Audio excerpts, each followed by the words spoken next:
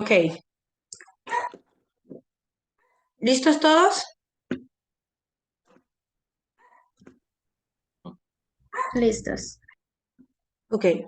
Muy buenas noches, abogada Yesenia Yulisa Aguilar Santos. Sea usted bienvenida a este panel de discusión. El día de hoy, domingo, perdón, el día de hoy, martes 7 de marzo del año 2023, estamos aquí reunidos de manera virtual para abordar un tema que ha causado mucha controversia estos últimos años respecto a lo que es la reserva y sus procedimientos en los tratados internacionales. Mi nombre es Interana García Valerio y nosotros somos los integrantes del grupo número 5. Mi compañero Giovanni Javier Irraeta Ayala, la compañera Evelyn Karina Tejeda Turcios, el compañero Donald Enrique Figueroa Espinal, la compañera Lourdes Paola Pineda Galvez. Yo seré la moderadora de este panel y hoy contaremos con la presencia de 4 panelistas, los cuales presentarán diversas ideas y posturas en el tema. Este panel se desarrollará en 3 partes, que son la posición de la postura, la sección de preguntas y respuestas y finalmente el cierre. Para esto, cada participante dará a conocer diferentes puntos y vistas sobre el tema y cada uno contará con 5 minutos máximos para su presentación. Sin más que agregar, daremos inicio a este panel de discusión y contaremos con el panelista Giovanni Javier Iraeta Ayala. Muy buenas noches, abogada y compañeros. Mi nombre es Giovanni Javier Iraeta Ayala y esta noche vamos a hablar respecto a la reserva. Que una reserva no es más que una declaración hecha con el objeto de excluir o modificar los efectos jurídicos de ciertas disposiciones del tratado en su aplicación al declarante. Cuando hablamos de reserva, estos van en tratados internacionales que se desarrollan entre países. No se puede, las reservas generalmente no están en tratados bilaterales porque cuando dos países firman un tratado, prácticamente se obligan a todo en las mismas condiciones. No es que un país va a cumplir con una disposición y el otro no. Por eso no se aplica en tratados bilaterales, sino que en tratados multilaterales porque se pueden hacer este tipo de reservas entre ah, algunos miembros que consideran de que no, que pueden llevar a cabo este tipo o que pueden cumplir este tipo de reservas, no se aplica en tratados internacionales multilaterales. Por el caso del ejemplo, si Honduras, Guatemala y El Salvador firman un tratado, entonces donde dicen que van a permitir o van a exportar café, maíz, frijoles entre los 3 países, libre de impuestos, pero Honduras pone una reserva que su declaración dice que no va a exportar café a esos países. Entonces, esa es una reserva, una obligación que no se va a cumplir. Entonces, en ese caso, Honduras no está obligado a exportar café a El Salvador y a Guatemala. Tampoco Guatemala y Honduras están obligados con Honduras a exportar café. Sin embargo, Guatemala y eh, El Salvador, como no firmaron reservas, entonces, o no pidieron reservas, entonces sí están obligados a exportar entre ellos los 3 productos: maíz, frijoles y café. A eso le llamamos una reserva, una obligación que por ciertas circunstancias no se cumple. ¿Cuándo y cómo, por qué se realizan las reservas en los tratados? Se realizan al momento de la firma, la ratificación. La firma es cuando se firma el articulado que se pone en el documento. La ratificación es cuando ese documento pasa al Congreso Nacional de los países y a través de votación de los diputados ratifican ese tratado. Y la aprobación y adhesión, que la adhesión es cuando un país no ha participado en esas reuniones para firmar un tratado, sino que posteriormente le interesa el tratado y decide adherirse. Entonces, en ese momento también puede hacer esa declaración o anexar ese documento de la reserva para que no esté obligado a cumplir determinado articulado del tratado. En esos son los momentos en los cuales se puede eh, interponer una reserva. ¿Cómo? El documento es por escrito y se interpone ante el secretario, la Secretaría General de, puede ser de la OEA o de la ONU, para que estas organizaciones diseminen la información y divulguen la información de esa reserva. ¿Y cuál es el por qué? Excluir de ese país que interpone la reserva para que no obligarlo a, a cumplir con determinadas disposiciones que contiene el tratado. Porque el tratado es completo, pero hay situaciones que un país por ciertas circunstancias no la puede cumplir, entonces interpone una reserva para desligarse de cumplir con ese tratado y lo hace entre determinados países o lo puede hacer a nivel de todos los países también. Y en ese sentido, los demás países tampoco están obligados a cumplir con esas condiciones que pone el país declarante. Si tiene alguna pregunta, estamos para servirle. Muchas gracias. Gracias por su participación, panelista Giovanni Javier Iraeta Ayala. Así le daremos pues la palabra a nuestra panelista Evelyn Karina Tejeda Turcios.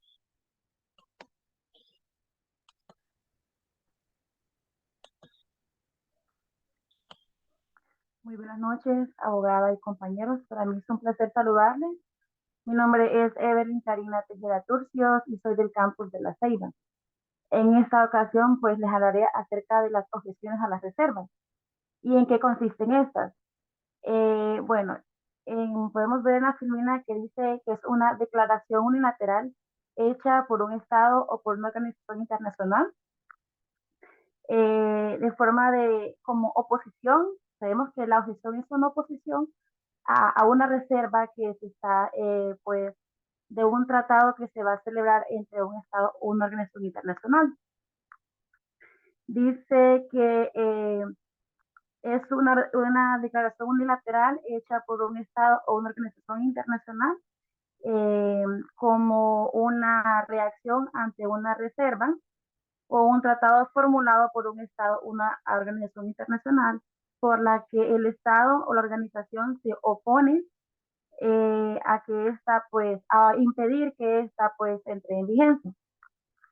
¿Quiénes tienen derecho a formular objeciones? Pues tienen derecho a formular las objeciones todo Estado contratante o toda organización internacional que forme parte, ¿verdad?, de la misma. Fecha en que surte efecto el retiro de las objeciones. La fecha de la objeción debe ser formulada la objeción tiene que ser formulada por escrito en un plazo de 12 meses y desde la recepción de la notificación de la reserva a los estados contratantes, organización internacional que forme parte, y esta puede retirarse en cualquier momento.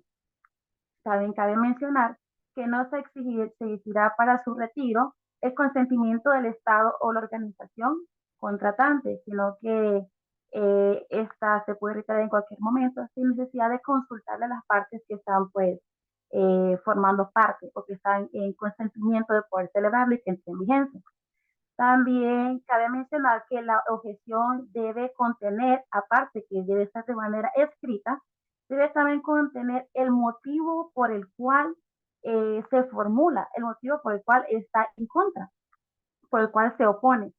Y también dice la filmina que, salvo que el tratado disponga o que acuerde otra cosa, el retiro de una objeción a una reserva que está celebrada por esta organización internacional eh, tiene que ser formulado de forma de una notificación, ¿verdad? Se notifica a las partes que hay una oposición a la misma y el cual, pues, luego de la notificación, esta está en vigencia. Esta es mi participación. Mi compañera continúa con la exposición. Muchas gracias. Compañera Evelyn, respecto a la objeción de la reserva, usted dijo ahorita que cada reserva que se hace tiene que ser por escrito cuando se tiene que hacer una objeción. Cuando no están de Así acuerdo, es, algunas compañero. partes, perdón, tienen que hacer todas las objeciones por escrito. No tienen que hacerlo verbal, sino que directamente escrito. Así es, para que ese surta efecto, pues tiene que ser de manera escrita y también incluir el motivo por el cual se están oponiendo a la reserva del tratado que se quiere cerrar entre las partes, ¿verdad? Oh, ok, ya me quedó claro. Muchas gracias por su punto de vista, compañera Evelyn Karina Tejeda Turcios. A la orden. A continuación, le daremos pues la palabra al panelista, don Enrique Figueroa Espinal. Buenas noches, abogada. Es un placer estar en este grupo. Buenas noches, compañeros. Mi nombre es Donaldo Enrique Figueroa Espinal. Soy del campus de Tegucigalpa con número de cuenta 2020-2006-021. Nos establece que cuál es el procedimiento para una ratificación, el cual se debe realizar, ya sea a lo interno de Honduras, para que tenga un tratado validez. Recordemos que la ratificación es lo que representa un compromiso jurídicamente, ya sea vinculante para acatar las disposiciones del tratado, y la ratificación con el Estado. Recordemos que para la ratificación de un Estado, primero es el proceso, el cual vigilante hacia las leyes. Antes de formularse un tratado, esto tipifica que es la observancia de ciertas leyes. Por ejemplo, en nuestra Constitución de la República, en el artículo 15 y en el artículo 16 nos habla de los tratados internacionales, el cual cómo debe de ser aprobado y cómo debe de ser ratificado. Típicamente, el artículo 15 nos habla que Honduras hace suyos todos los tratados internacionales, el cual deben ser aprobados por el Congreso Nacional antes de su ratificación por el Poder Ejecutivo. Todo tratado internacional celebrado por Honduras con otros estados, una vez que entra en vigor, forman parte de nuestro derecho interno. Y en el artículo 17 nos habla de la misma Constitución de la República que todo, cuando un tratado internacional efecte una disposición constitucional, debe ser aprobado por el mismo procedimiento que rige la forma de la Constitución antes de ser ratificado por el Poder Ejecutivo. Nos habla que dentro de la ratificación se requieren medidas. ¿Por qué se requieren medidas mediante una rectificación? Por lo que estamos viendo, que cada país tiene sus propias leyes y antes de eso tienen que ver para que no perjudiquemos ni tanto a un estado ni perjudiquemos a otro. Por eso los compañeros antes participaron que manifestaron que todo tratado es por consentimiento de ambas partes. Dentro de ella, las ratificaciones requieren de medidas.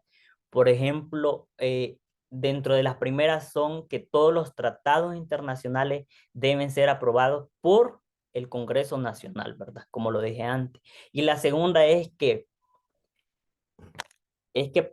se prepare el instrumento de ratificación, una carta oficial sellada donde se explique las decisiones. Es lo que explicábamos, ¿verdad? Anterior, que todo tratado internacional es mediante el consentimiento de ambas partes. Ahí es todo lo que se va a tipificar tanto para un estado como para otro. Como norma general, será necesario seguir estos pasos. ¿Por qué es necesario implementar estos pasos? Para que los tratados tengan una excelencia, un excelente éxito, es analizar, preparar y recopilación de documentos. ¿Qué queremos llegar con este tratado? ¿Qué queremos hacer? Y conocer los requisitos constitucionales en el proceso de aprobación nacional de la ratificación. ¿Por qué es necesario? Porque antes de aprobar un tratado tenemos que conocer qué es lo que queremos hacer con ese tratado para que no afecte ningún país, ningún estado. Esto sería mi participación, moderadora Cintia. Cualquier pregunta, estoy a sus órdenes. Perfecto, compañero. Más claro, me gustó porque se supo fundamentar con la Constitución y tiene toda la razón en cuanto a lo que dijo. Cada tratado es por el Congreso Nacional y estos tratados pues tienen que estar de acuerdo para poderlos dar a conocer y más que todo ser declarados ante la Gaceta y que todo el mundo no se puedan cambiar y que ambas partes estén de acuerdo. Perfecto. Seguimos con la participación de la panelista Lourdes Paola Pineda Galvez. Hola, muy buenas noches, abogada. Buenas noches, compañeros. Mi nombre es Lourdes Paola Pineda Galvez y me gustaría hablar un poco sobre ciertos tratados que han tenido reservas para que tengamos una idea de las razones por las cuales pueden existir estas reservas y por las razones por las cuales los estados las interponen. También hablando un poco más sobre lo que mencionó el compañero Giovanni sobre las reservas, solo me gustaría aportar un poco más que podemos definir la reserva como una institución jurídica que permite al Estado que pasa a formar parte de un tratado internacional excluir o modificar los efectos jurídicos de determinadas cláusulas del mismo. Por lo cual me gustaría primero hablar sobre el Tratado de la Convención sobre la eliminación de todas las formas de discriminación contra la mujer. Me gustaría hablar sobre este tratado, bueno, me gustaría decirles que entró en vigor el 3 de septiembre de 1981 como el primer tratado internacional global y jurídicamente obligatorio. Está encaminado a eliminar todas las formas de discriminación basadas en el sexo y el género contra la mujer. Una de las razones por las cuales le quisiera hablar sobre este tratado es que es uno de los textos convencionales con un gran número de reservas formuladas por los estados partes. Y estos tienen sus razones, es debido a las obligaciones que no han sido asumidas por los estados y atacan de modo directo, ¿verdad?, al estándar mínimo de protección de derechos que el tratado en cuestión pretende asegurar. Y debido a esto existieron las reservas, ¿verdad?, que fueron interpuestas por los estados partes. También me gustaría hablar sobre otro tratado que me pareció muy interesante, que es el Tratado General de Arbitraje Interamericano. Este tratado se realizaron varias reservas también por parte de los estados partes. Me pareció interesante que existieron reservas que fueron realizadas al firmar el tratado y otros estados que realizaron estas reservas al ratificar el tratado, ¿verdad? Asimismo, me gustaría aportar un poco más sobre, bueno, la compañera nos estaba hablando sobre las objeciones en los tratados y también los convenios que no han sido ratificados, ¿verdad? Ya que estábamos hablando sobre el proceso de ratificación. Y es que uno de los convenios que no han sido ratificados es el convenio sobre el marco promocional para la seguridad y salud en el trabajo. Y asimismo el convenio sobre la seguridad y salud en la construcción. Bueno, por mi parte, de verdad, estos son los tratados que encontré con una gran importancia para que aporten un poco al tema y tengamos una mejor idea de cómo funciona bueno, cómo funciona el proceso y cómo impactan en los tratados. Buenas noches. Gracias por su participación, compañera Lourdes Paola Pineda Galvez. ¿Alguien más le gustaría opinar respecto a las reservas, las objeciones? Le cedo la palabra a cualquiera. Buenas noches. Hay algunas situaciones donde no se pueden interponer reservas según la Convención de Viena de 1969, su artículo 19, y una de ellas es que la reserva esté prohibida por el tratado. O sea que hay tratados que ya establecen de que determinadas, que no están permitidas las reservas. Otra es que el tratado disponga que únicamente puede ejercer determinada reserva y en la reserva que un país interponga no esté incluida en ese tratado, entonces tampoco se puede. Y otra es O sea, perdón, compañero, que que hay limitaciones. Las reservas hacen si hay limitaciones a limitaciones, cada... Mm, o también que un país quiera interponer una reserva y que sea el objeto del tratado, sea eso, y que un país ponga una reserva en ese sentido, entonces tampoco se permite. Esas son las tres situaciones en las cuales no se puede, no, un país no puede interponer una reserva ante un tratado bilateral. bien. Gracias. Gracias por su participación, compañero Giovanni Javier Iraeta Ayala. Pues hemos llegado al cierre de este panel de discusión. Con la conclusión, pues, que es muy interesante, pues, analizar el comportamiento de las reservas, como bien todo lo señalamos y lo mencionamos, y sus procedimientos también, muy importante, en donde también, pues, ¿por qué? Porque estas poseen, pues, un rol primordial dentro de la economía de cada nación. También, pues, las reservas indican el valor y la solidez de cada país y nos proporcionan el nivel de riesgo que puede correr los inversionistas, perdón, a la hora de hacer negocios. Bueno, agradecemos a todos por su presencia en este panel de discusión. Muy buenas noches para todos y muchas gracias. Gracias, buenas noches. Buenas noches. Gracias, buenas noches.